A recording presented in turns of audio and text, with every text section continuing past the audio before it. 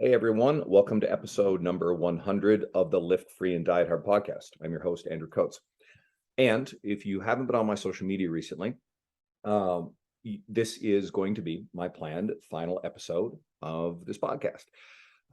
It is also episode number 250 of the entire stream lifetime, including the Fitness Devil, with my good friend and former co-host, Dean Guedo, who is here as the last guest of this podcast. And while it's entirely possible I may in a year or so decide, hey, I missed this. I love these conversations and I want to bring it back. I really appreciate everybody who's been part of this. So it wouldn't have made sense to close it off, at least at this point, without Dean. So Dean, it's great to have you back, brother. Yeah, it's good to be back. I was almost like, is Andrew gonna come over to my house and record? And then Yeah. you literally can't because we're renovating and we'd be in my bedroom. But it was like a weird feeling because I was like, oh, like I just remember you driving up, and then like because we went through like the podcast at my house and then my other house. And so anyways, I was like going down memory lane a little bit. I wasn't that sad, but it was It's true. interesting. Yeah. Every Thursday morning, I would block off the whole morning and we would record usually one, sometimes actually two episodes back to back. Yeah. But it's been fun. And we talked a little bit recently because you were actually part of the decision. Um, I've had my schedule's been overwhelming. I'd found this summer that I'd been kind of, I'll say it, burning out a little bit, juggling just too many Yeah. things.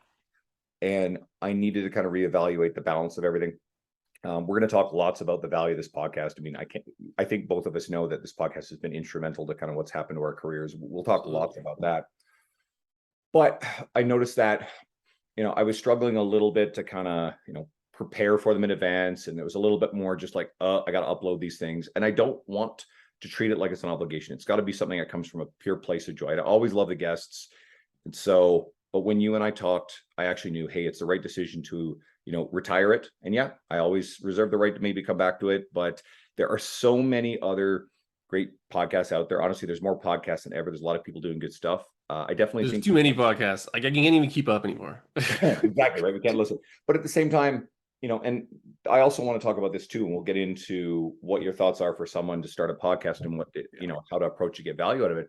Because at the end of the day, you're not starting a podcast for coaches like you and me.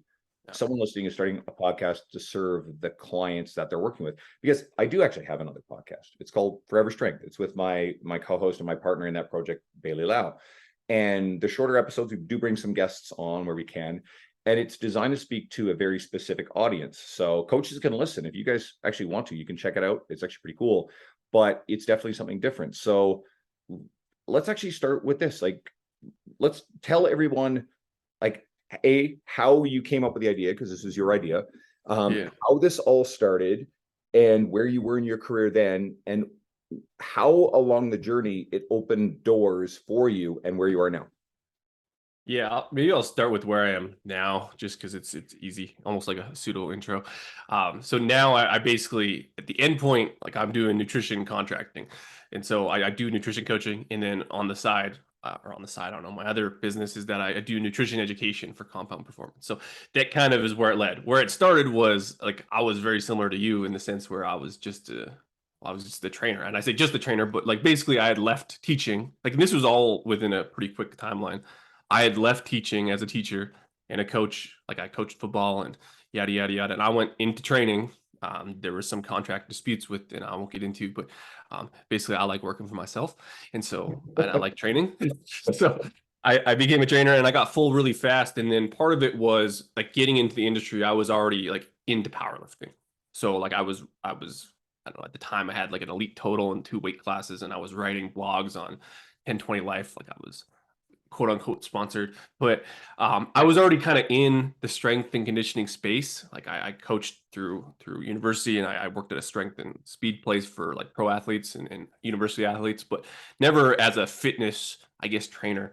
And so when I went into it, I was like, how do I get in this industry and figure out what the hell this thing is?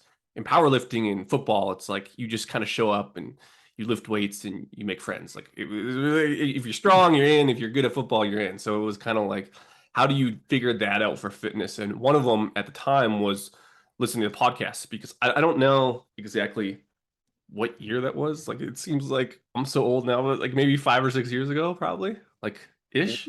We started this one. And I'm pretty sure we had recorded our first episodes in August of 2017. I Yeah. remember I Yeah, it's had, 5 years. yeah, it's been 5 years. It's 250 episodes. There were a couple of weeks there we released two. There were a few weeks along the way where we missed one, but otherwise pretty consistent. Yeah. And so, but like it wasn't like podcasts were like big sort of, but like not really. And so like I was like, I'll just listen to podcasts. I don't know which one I listen to. Actually, I do know which one. I was like trying to consume all this fitness information. Anyways, whatever. I listened to one Mike Boyle podcast, and he doesn't even run it, so it's like whatever. And I'm not like I am sort of trashing it, but I was like listening to this. I'm like, this sucks. Like, and it was just maybe it was the host, his voice. I don't know, whatever. But I started listening to a bunch of them. I'm like, I could fucking do this. Like, how hard is it to do a podcast? And I didn't really actually know the answer to that. And so, like any a thorough researcher, I went on Google, and it was like super simple. You just like download, you get a mic, and you do this. You get a program and you record. I'm like, yeah, that's like I know what Skype is, and then this is how old it was. Like Skype was like that was how you did videos and calls, and that's not even that long ago. Obviously, it went to Zoom and yada yada yada. But anyways, so literally, I'm driving down BC, not texting and driving. I was not doing that, and I was like, who would do a podcast with me? There's no way I want to do this on my own like that, because like that was part of the problem. I like listen to these podcasts. I'm like, it's just some monologue and like it sucks. And so I'm pretty sure we had met at some point at the gym We met at a through ball. social media. Like Yeah, I remember I met you at the gym. You were working out and I was working out, and you're like, "Hey, you're Dean. Hey, how's it going? I'm Andrew." And then we talked, and then we talked about keto. Yeah, because you Keto were at the experimenting with keto at the time. yeah. And then you would message Before me keto was even a thing. Like this is the like so this is the cycle. But before keto was even a thing, like you were like asking about it, and I was telling you about it, and it was like stupid. But yeah. Yeah, because I met you. You were actually doing some group stuff there with a couple other trainers that have been there Oh at the yeah. time, that are old friends of yours. Yeah. And Was. we'd interacted a bunch over social media. And yeah, you were like on this thing where you were experimenting with keto because you were curious about it. I don't think it was like, it wasn't like this zealot rah-rah thing. It was like, okay. No, it became zealot right after that. Like so I'm always like into stuff before they're cool, and then when they're cool, I don't like them. And so that was keto. Like, can you anyways, And then at the time I was dabbling a little bit of YouTube, but yeah, that's what it was. anyway, and I was in my first year of being independent from after 6 years at a big commercial gym chain, which I mean, they're gone more. You set up a camera in your kitchen, and then you were like filming rants, essentially what it was, wasn't it? Like you were it was like topics, but it was basically like you ranting. I hate the word rant. I always totally rant. But it's like, yeah, it's diving into various stuff or whatever. And I think a lot of people have done really well with it. But then, yeah, you reached out. I remember you gave me a call, and Well, I reached out because of that video. I was like, who can actually like speak? Like not speak, I don't know. Like it was just like there was like literally not much social media like presence in the fitness world, or at least I didn't know it because I just started and I just didn't know you did that stuff. And then you posted a video, and I was like, oh, he's into this shit. So I literally just reached out to you on Facebook. I was like, yo, do you want to start a podcast? I don't even think it was like, if I went back, it's probably as simple as that. And then you phoned me, and I was driving to, like, it was easier because I wasn't texting and driving, which I don't even think was illegal at that time, but I wasn't doing it. But you called me, and we basically FaceTime audioed the podcast because you're like, yeah, I listen to some podcasts, like yada yada yada, and I was like, yeah, I listen to them too. I think they suck. I think we could do one, and then basically just planned out how to do a podcast. And I explained to you that you would like Skype people over the internet. I was like, I read this on Google, and then I don't know, it wasn't even that long after that, like 3 weeks later, I was like, because I was on the impression, like I was like, we need to do this now. Yeah, and like, I mean, why? Yeah, it's lucky that we did.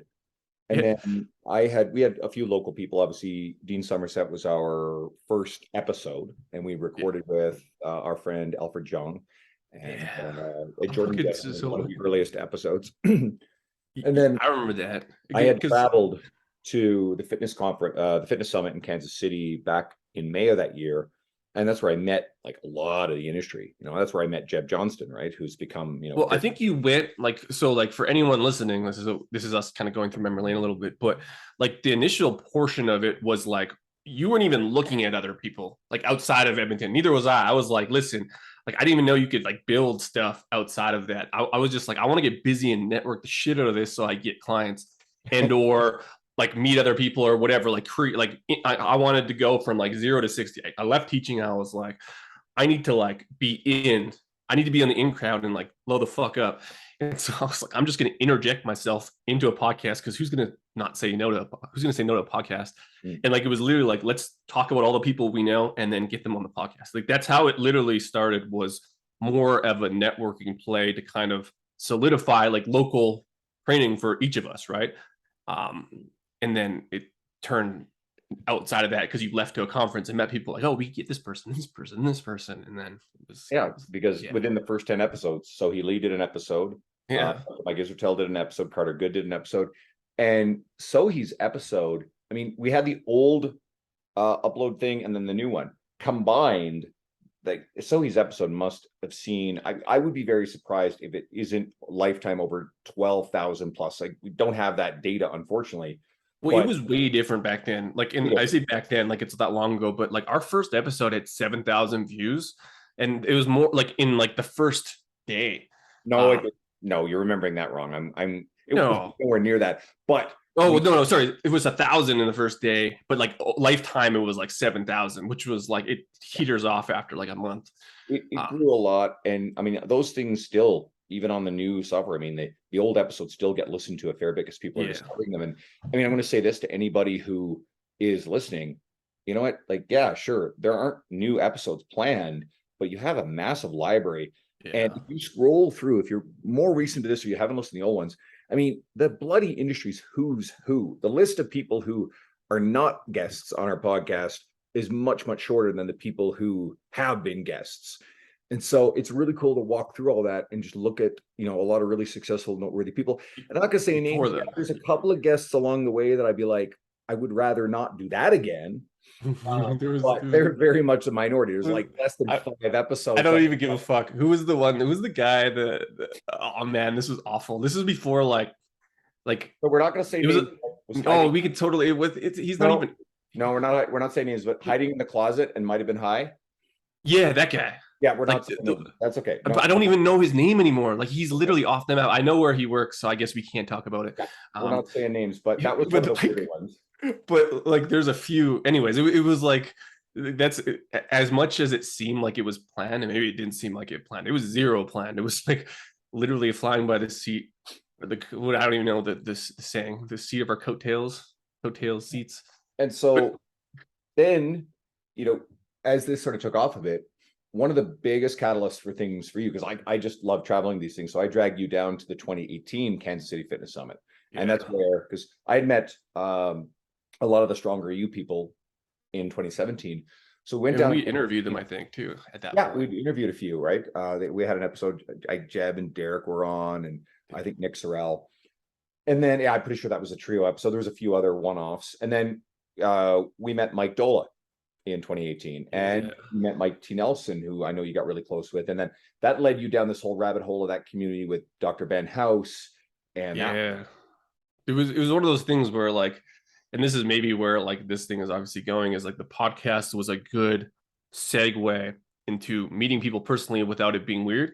And like then you go to these conferences, and we had already spoken to, I'm not gonna say like all of them, but like a good portion of them, and then again, and then the networking thing with like going to a conference wasn't necessarily about getting stuff done.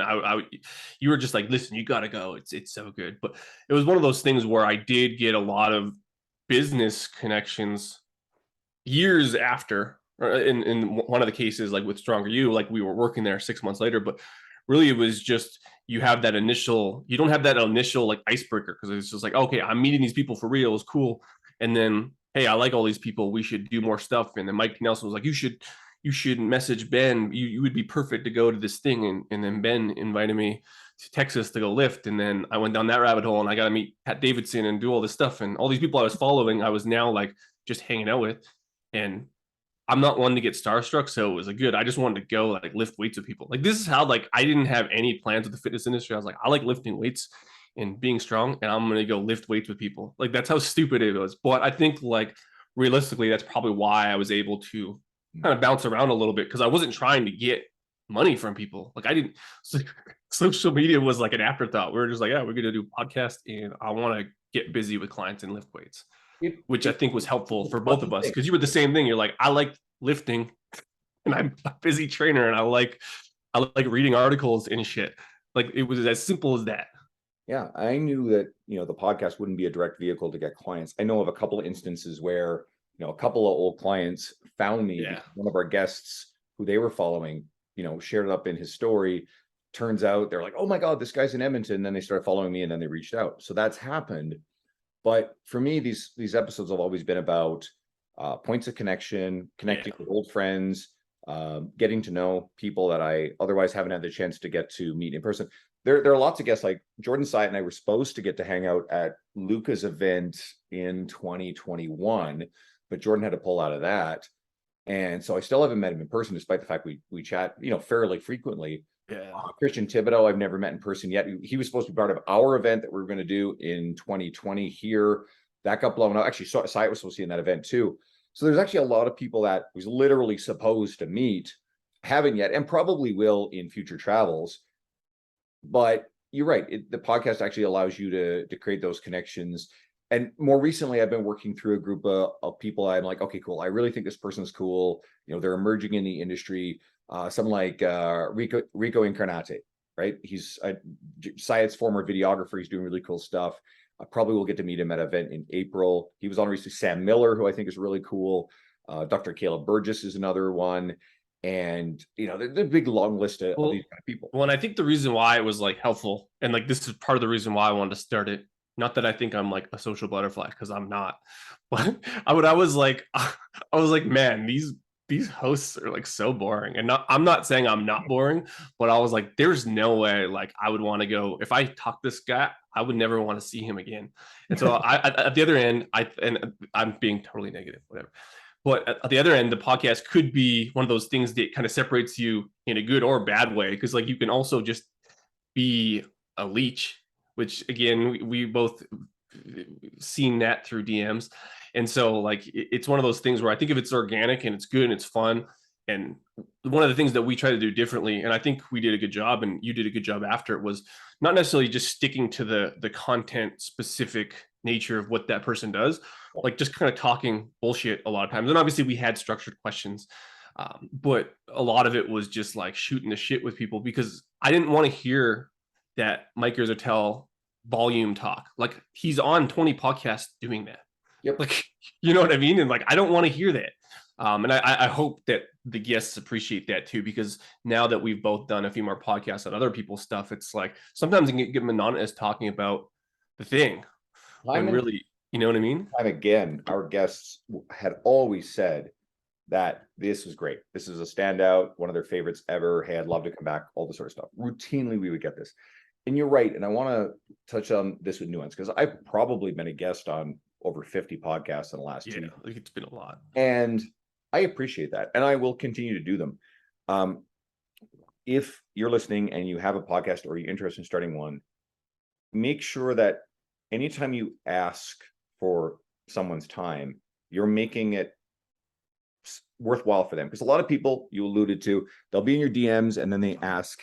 I feel bad saying this, but I recently had this happened numerous times where people will message me and I don't have much of a relationship with them.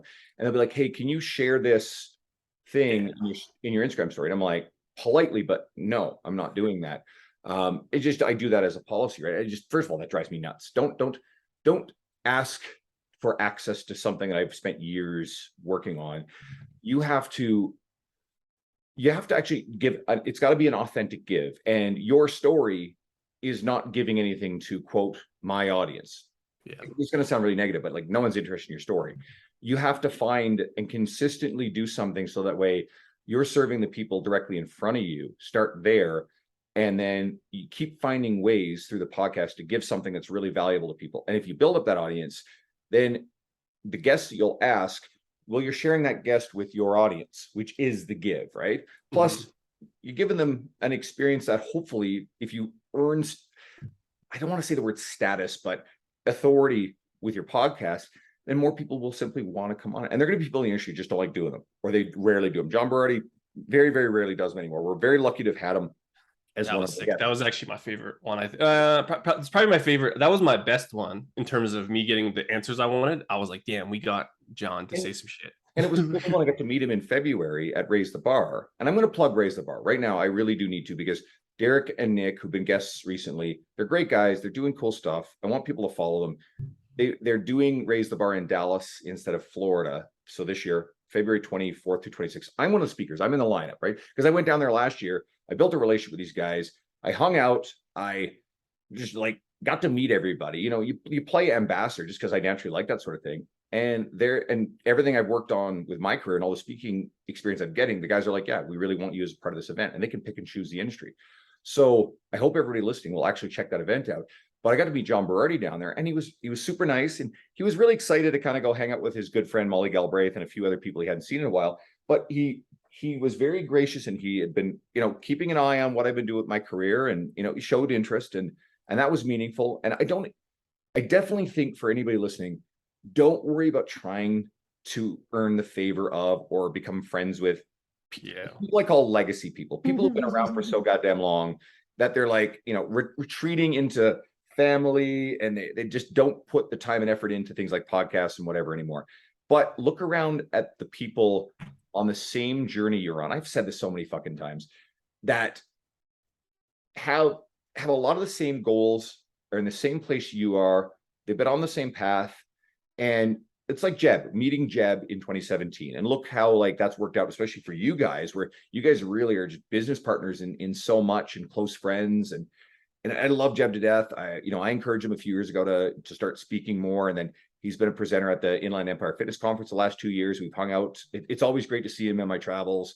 And he's going to come down. You guys are probably going to come down to Raise the Bar, which is going to be cool. Yeah, like it ends up turning into that. Like you end up seeing, like, this is where like the world has changed quite a bit. Like even so when we first went to the conference, but like conferences have been around forever, but like anyone who's in any other industry, like a conference is where you see old friends, and now we can connect via Zoom, and we use podcasting as that. But that took a break for a while, for like two years, like, and myself included. Like I traveled the world damn near to like go to fitness and strength and conditioning stuff, and meet people and go lift. And I feel like that was a huge help to the trajectory of where I was going, even though like it didn't change my base level career, kind of like yours, but it was helpful for that piece, for just like learning and growing. But now I'm kind of ready to start doing that stuff again, because again, I miss people, like, and seeing them in person, but like there's very few ways to get outside of your little bubble. And like the internet has presented a helpful way of doing that.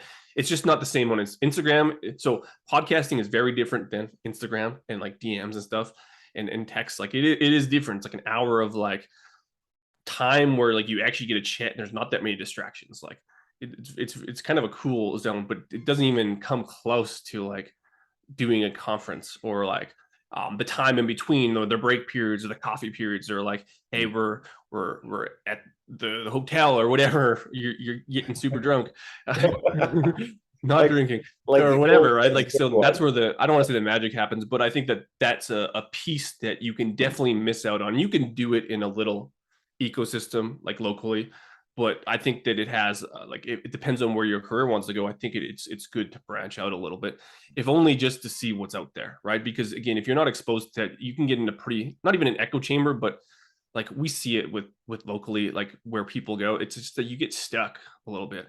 And I think that for anyone who's like looking to, I guess, grow outside of that, or they want to be exposed to it, I think like, yeah, conferences are a great way to go. I think one of the biggest benefits is it exposes you to ideas, different people, kindred spirits, people who are, it's a shared experience, versus feeling, sometimes you can feel quite isolated even within a local city.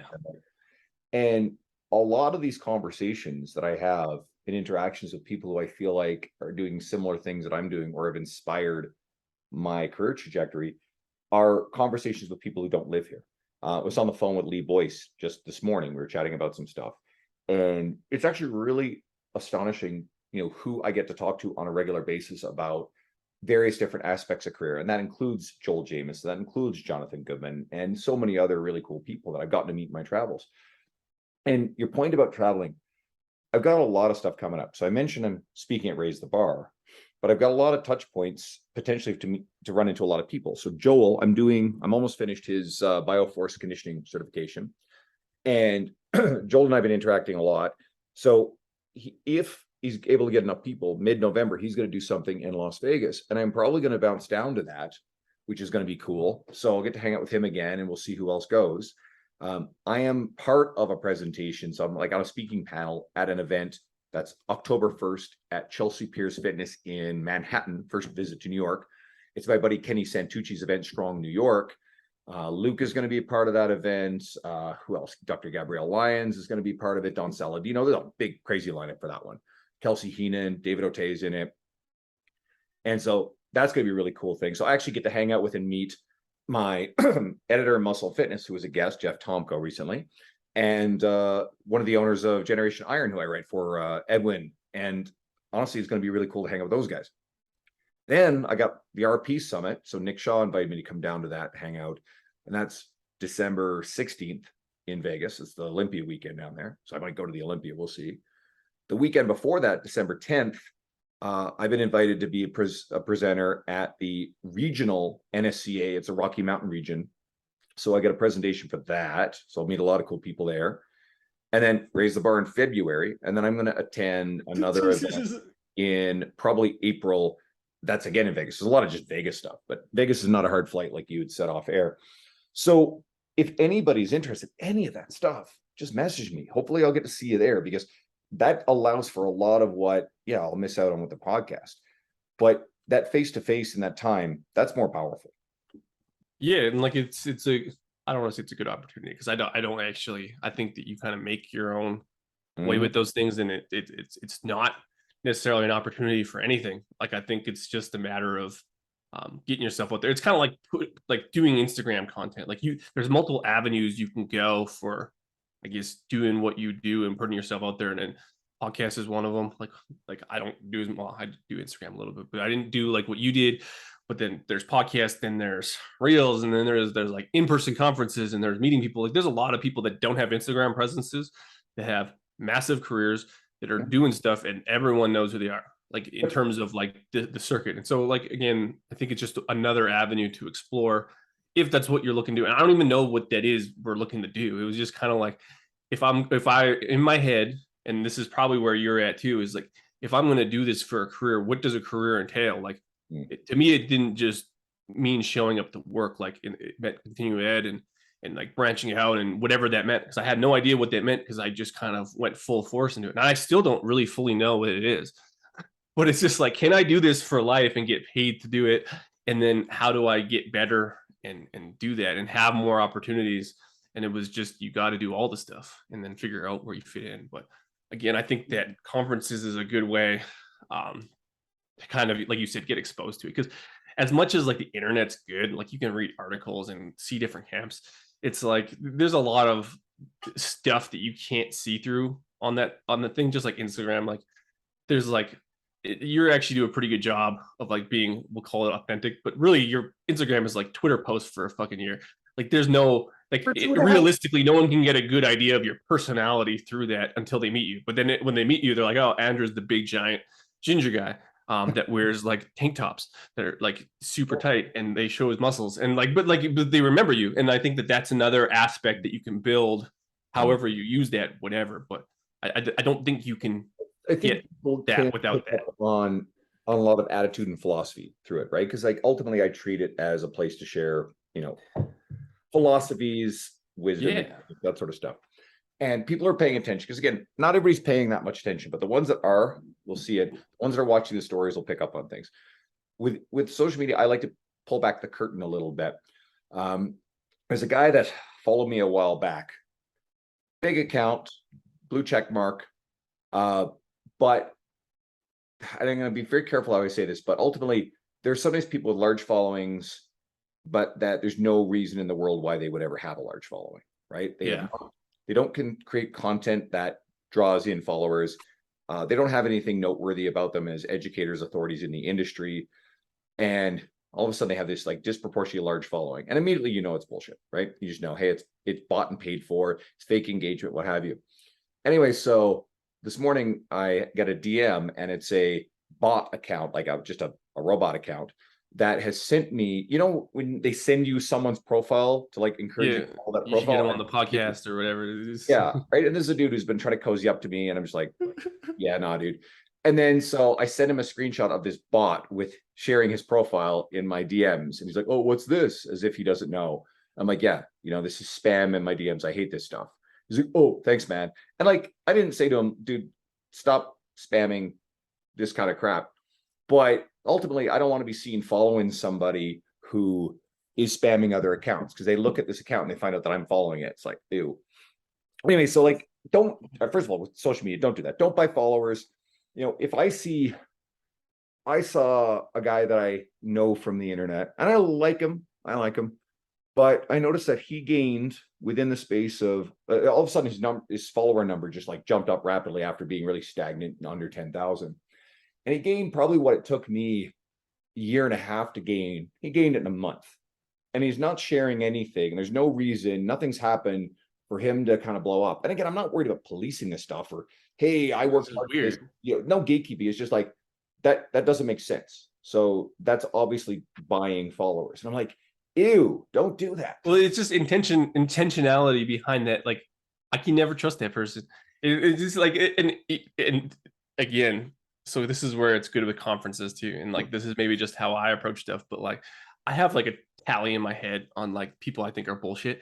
And like, you can also see that when you go to conferences. Like again, don't put people on a pedestal. And I think it's a good way to see who's grounded. Because and also another thing that I think that we realized, and maybe from my perspective, is that a lot of these people aren't like these crazy figures. Like, they're just normal people. And when I saw that, again, I didn't know what to think, because again, I didn't even know the industry. Like, you got to come to this conference. I'm like, I don't even know who the fuck half these people are, and just because I didn't know who anyone was. But I think that was a good way of going there. I'm like, oh, they're just normal people that happen to have a blog or a DVD series or whatever at the time. Like, they tend to do speaking, and then you realize the bar, not that the bar is not high, but it's not that far away, like from where most people are. And you can see that, like, your career hasn't changed. You train, you have the same amount of people training. Now you're just doing speaking or writing engagements, and there's probably people who are like, holy fuck, how do I do that? This is crazy. And it's actually not that crazy. Your day-to-day looks exactly the same. Dean Somerset, another running joke with us. Yeah. He's literally training, like, he's probably training a little less now, but like, he was like training as much as you were, and he was still doing all this other stuff. And you think that he's like this fitness icon, but really he's just a trainer who lives like a couple blocks from where I did at the time. He's a very normal dude, likes wrestling. He's a very well respected, very well known in the industry. He was just really early on in figuring out how to create seminars and teach people, then film it, and then sell info products. And honestly, he's been one of several really key role models in terms of how to follow this path, right? Getting the opportunity to write for T Nation, which came directly from this podcast because we invited Danny Sugart on here, and then she turned around and invited me to write for them. Which, if that doesn't happen, then Generation Iron's not emailing me. And then, and if I didn't meet Jonathan Goodman in 2018 at a conference and interact and get to know John a bit, then it doesn't create the relationship where I get to write for the PTDC. And, some of the people I met in my travels and interacted with led to connection to Muscle and Fitness magazine.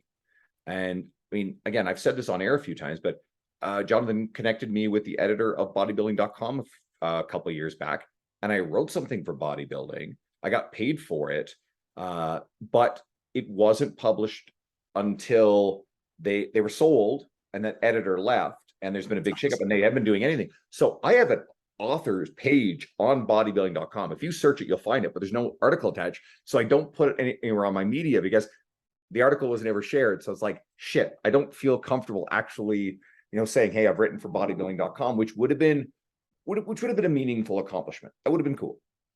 Well, it's again, all those things. You say you got paid for like one, or like, and anyone who's written, you don't get paid that much. It's like, it's all stuff you do because it's what you do. Yeah. Like it's, you Enjoy it. care about the thing that you care about your career enough to, like, I don't even want to say grow it, but like invest in all of it. And so you can really get closed off, which is fine. It's just like, I didn't envision, and I'm sure a lot of people listening who are trainers don't necessarily envision themselves just being a trainer, because like there's going to be more to it than that. I think that in order to do some of this stuff, yeah, you got to network, but you got to do it, and you got to reach out to people, and you got to write, and you got to do all this other shit. And like, I'm not even the best at it in my own way. I've done it, but I don't think you get that just training. Like, there's very few people who get recognized just for showing up to work. You know what I mean? And even if they're the best trainer in the world, it's just like, it just doesn't really happen like that. And so you kind of got to force, I don't even say force it a little bit, but I don't know, you got to do more, and you don't have to, but I find it helpful. Several like related thoughts, and this will speak to everybody's career. Many of, the successful people in the industry that you listen to, what have you, still train clients every day. Lee Boyce, Dean Somerset, and many other people. Some of them, it is pivoted more online, but they still work with the client in front of them. If your ambition is to become a coach of coaches, first of all, the people who are doing that successfully, let's say, they're major educational content creators like Pat Davidson. Got to hang out with Pat here, right? Pat's a good friend of yours. And I had a great time with him because he did a 2-day seminar here, took him to lunch both days. Really love Pat. Like, I mean, Pat can, like, he's sort of like almost bombastic and really like blunt. He's a child. He's a child off air. But like, you sit down with him and he's actually just super nice, very like super intelligent, really good dude. And Pat, of course, he's traveling around doing some seminar stuff. I know that Jordan Jeske was just at one that he was doing in Vancouver because he had to miss the Edmonton one. But Pat still works with people, right? A lot of people still work with people, or maybe they're an owner of a business. Again, Luca, I like to point to because Luca does a lot of stuff really well. Luca owns a gym facility, still likes to get on the floor and coach, still has his people. You got Mike Isertel and Nick Shaw, the boys. They built RP, and they did it because they were coaching people for years, and now they are probably one of the most prolific volume of educational material creators that are out there, whether it's their books, their YouTube, appearing on shit tons of podcasts, et cetera, et cetera. So anybody who's in that space is in some way, shape, or form building something and still working with people, or some combination. It's the people who are mostly marketing a lot of like, hey, they're business coaching other coaches. And I don't like slamming business coaches unilaterally. We know some really smart ones. Pete Dupuis, Mark Fisher, Luca again. There's others in that space who are really good dudes. But don't be in a rush to do that, because I really don't think that's as lucrative or as easy as people think it is. People are not going to line up.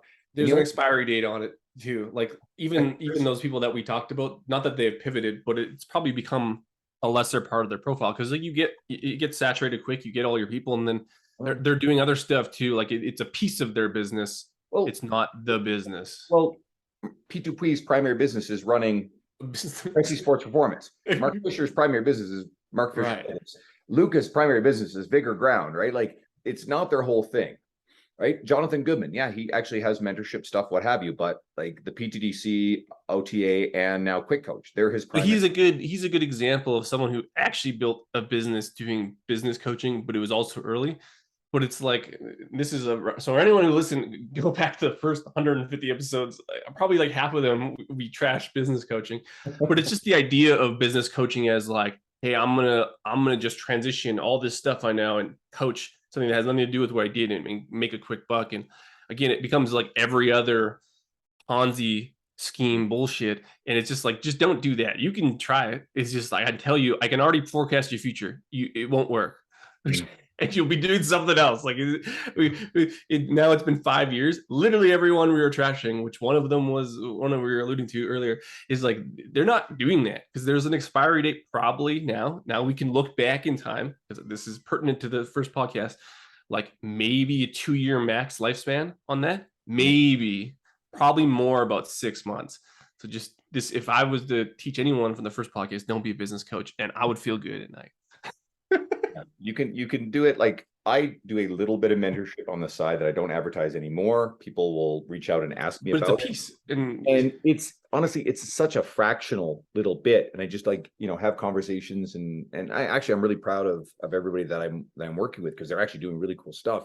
a few of them are looking into opening gyms, and it's not even my area of expertise. And I will deflect people to, okay, once you work on this aspect of it, you need to talk to people who actually have expertise in opening a physical facility. Well, I think there's a difference too between, and this is where I'll walk a fine line, because I think that there's the quote unquote business coaching, which is like the bullshit you see, which really is just like, I'm gonna get into it. But then there's like teaching what you do, and like we ran a mentorship for Compound, like, and we did one iteration of it that's got transferred into their bigger whole, but it was just on nutrition coaching, but it was like teaching how do we do things, and it wasn't even necessarily about money. We brought in other people to do it, but we started educating on like stuff we do.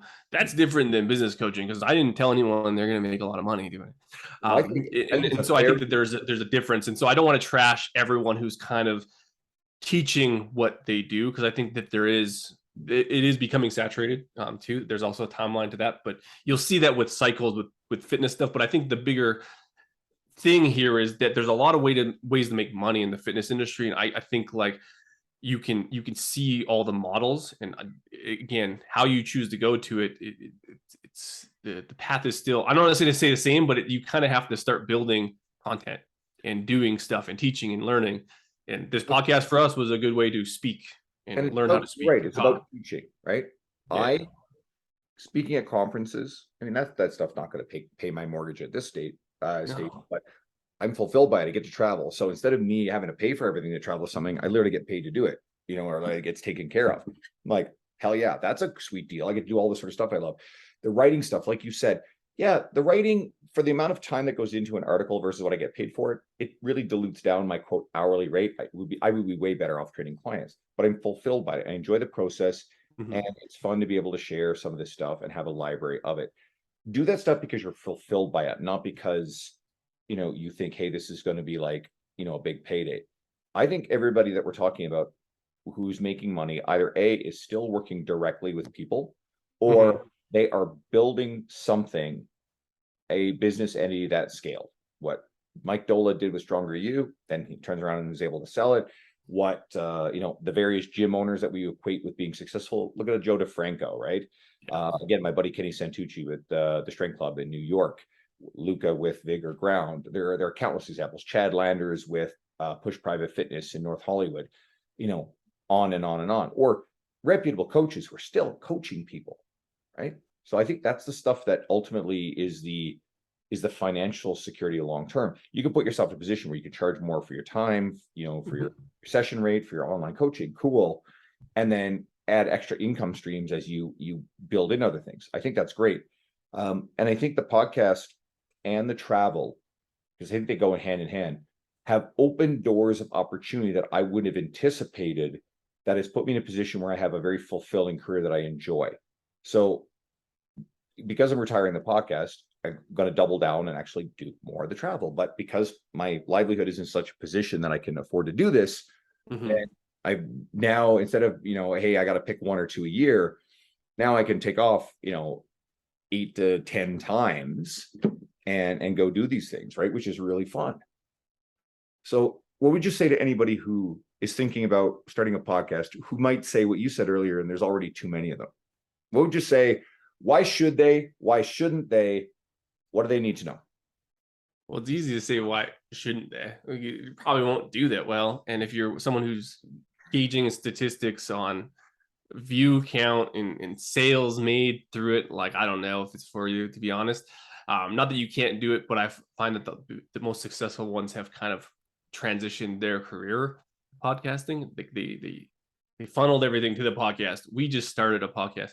I think why you should, I think there's a lot of benefits if you're willing to do it consistently. That's another big one. I'll touch on that afterwards. But I think that the benefits include, again, all the stuff that we talked about here. And if you're doing it in addition to what you do, probably for its own sake, like I want to learn from people, or I want to network, or I want to start creating content, because like I even started doing that recently because I got bored, started turning podcast videos into stuff for Instagram. I think that there's a lot of kill like 5 stuff. What's it, Pat Davidson, stone 5 birds at once, or kill 2. You can get a lot of birds for one thing. And I think that in terms of investment of time, you can turn it into a bunch of stuff. Now, again, I don't know if it's the best investment in time, but it's one of them. And there's a lot of avenues to go. It's just something different than what you're doing training wise, and I think that it could be helpful. At the same time, I think that if you're expecting it to blow up or do something, it's probably not going to do that thing. Because I don't know what's that law. It's like if you expect something, it's going to do the opposite. Like I didn't expect anything. I was just like, There is whatever. the classic rambling, stumbling. Oh yeah. You go back to the old episodes. There, Tizer Deed gets You in. basically just like don't do a podcast if you want to be successful. Just do it because you want to do it. Because if you don't, you're not gonna fucking do it. It's just like right now, like you're quitting it because like you literally can't. Like you have other stuff that is gonna take precedence for it, and like now it's becoming something that you not necessarily don't want to do, but you're finding it's gonna be a burden. And I think the second it starts feeling like that, which is why I left ours, like I had a kid and all this stuff, I had to quit. And I think that knowing that and understanding that's probably a good thing. Starting this podcast was one of the most important things that we've ever done in our career. Certainly I've ever done. I am not in the position for all the writing without it. I am not in the position for all the public speaking without it. I am not where I am now without the podcast being a critical event. I think that I can continue on well without putting the time and effort into it. When we had that conversation and I decided that based on a bunch of factors that it was time to retire it, it felt like a good decision, which what I knew was the right decision. The only thing that I feel bad about, Mom, because Mom listens to every one of these, she loves these. Very sorry that I'm shutting this one down. We still have the other one. I'll call more often. Love you, you're wonderful. And but I appreciate Bob just likes to sit down and listen to these on Tuesday mornings. Now, here's something I think will be valuable for people. If you really are hell-bent on starting one, take a look at some people who have had a lot of success and they use their podcast very well to speak to the general population they want to serve. Sam Miller does this well. Eric Roberts, who was a guest not too long ago, does great with social media. He does this really well. His is popular. Jordan's site and the mini podcast is great. Jordan has a second one, which is more towards his mentorship with Mike Vacanti. It's a good podcast. If you want to go back to some big classics, the Fitcast, Kevin Larrabee. I don't think Kevin has had a new episodes in forever, but he pretty much is one of the original podcasters in the industry.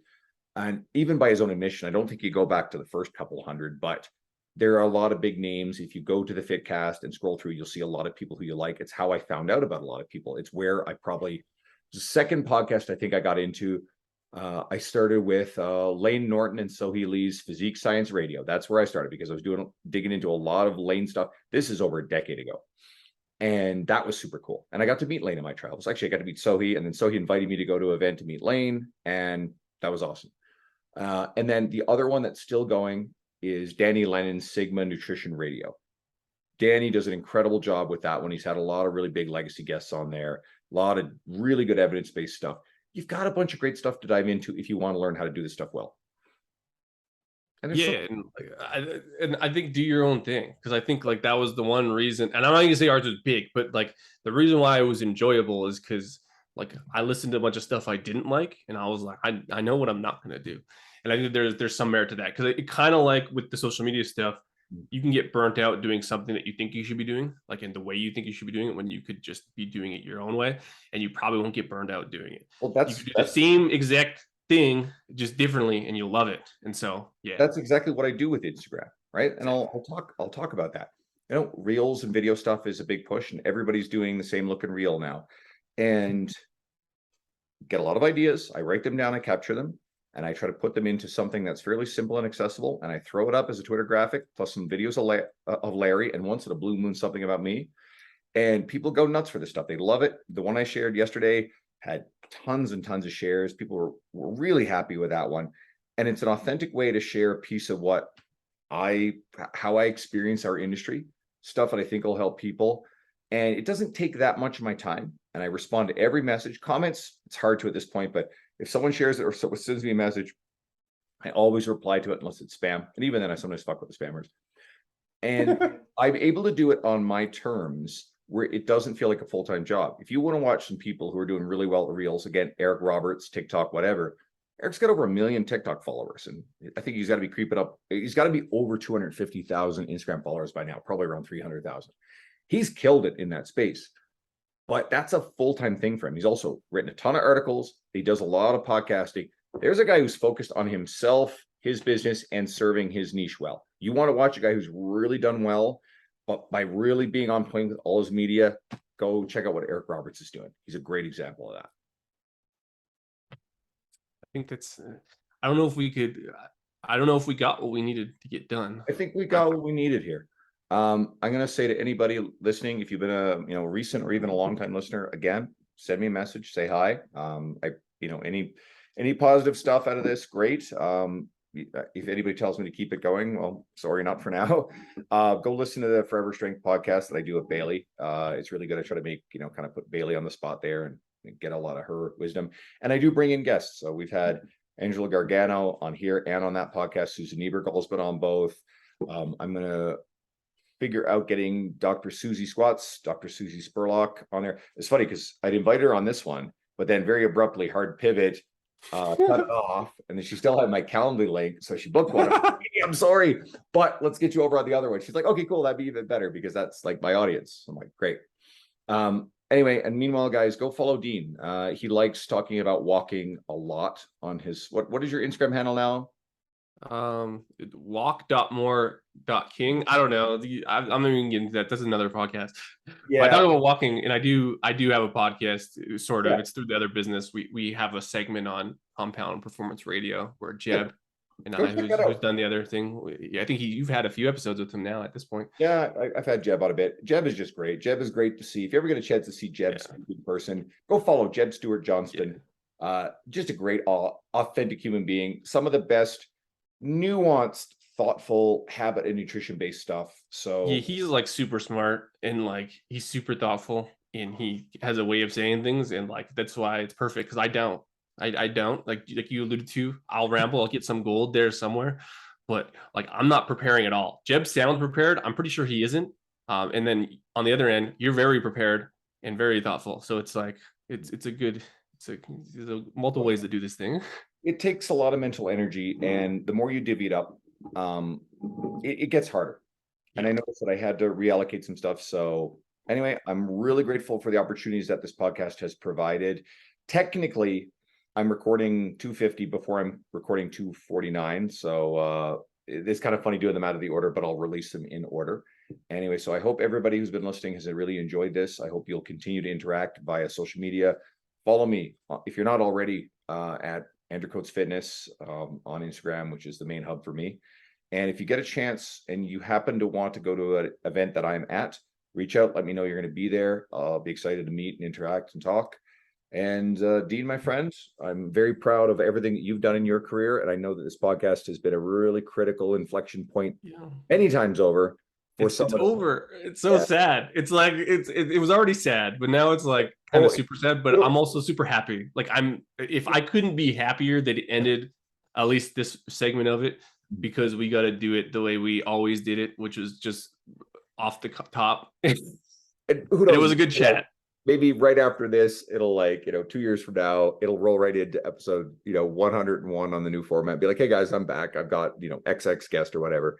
There are certain people that I will reserve the right that if like somebody of like very, very big, long-standing status and authority in the industry, I hate the concept of status, but let's say Lane Norton never comes to me and be like, hey, I'm going to do that podcast now, because Lane and I talked about it a lot. We're just never able to schedule it. So he's not on my guest list. But if Lane ever does, I'll do a one-off for Lane Norton.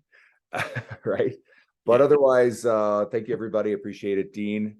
And go follow Dean. Follow me, please. And there's no staying tuned for another episode. So go listen to Forever Strength. Thanks so much, everyone. This has been a blast. It's been a great 5 years.